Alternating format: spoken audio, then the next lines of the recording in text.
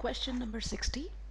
Which of the following most weakens the argument given above? This one is a weakening the central idea question or weakening the conclusion question. First, we have to find out the conclusion in the passage. The passage basically states that due to the lack of any legal framework to regulate the services of intelligence, the latter misuses its powers. If I look at the lines in the paragraph, for individual officers, the absence of a regulatory law for covert operations creates perverse incentives for wrongdoing. Now, this one basically talks about the author's central argument. We have to weaken this argument.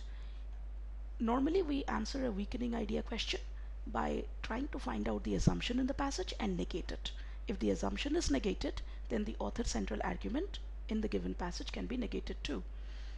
Let's look at the four options. Options C and D can be eliminated if we read them once. C says, intelligence resorts to perverse activities in the absence of any legal framework for its services. This one basically reiterates whatever is stated in the passage, and if this becomes true, then the author's argument will actually be strengthened and it will not be weakened. Similarly, option D says there should be another body to ensure surveillance over intelligence to prevent misuse of its power. It sounds like a course of action question or answer to that question.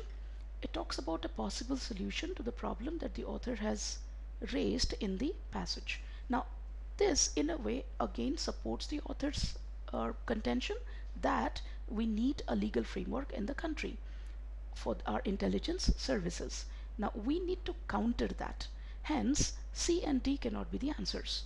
Let's look at option A. It is imperative for intelligence to keep information clandestine. Now, clandestine basically means hidden or covert. This one talks about the problem that the author has talked about in the passage, or he has raised in the passage. Now, it simply says that it is imperative for intelligence to keep information clandestine. It doesn't give us a reason why. And it also doesn't talk about the need for a legal framework. Like, if we have a legal framework, will the information no longer be covert or secret? Will it be accessible for all? Now, we do not know about that. Hence, A cannot be the answer. B says, legal regulation on secrecy of intelligence can put national security in jeopardy. Now, this one raises a very valid question or a very valid problem, that if we have a legal framework and that in a way puts our national security in jeopardy, which is in danger or under threat, by divulging the information that has to be kept secret by the intelligence services. Now, if that happens, it will be counterproductive. Hence, a legal framework which the author demands for will actually be proven to be counterproductive. So the answer to this question is B.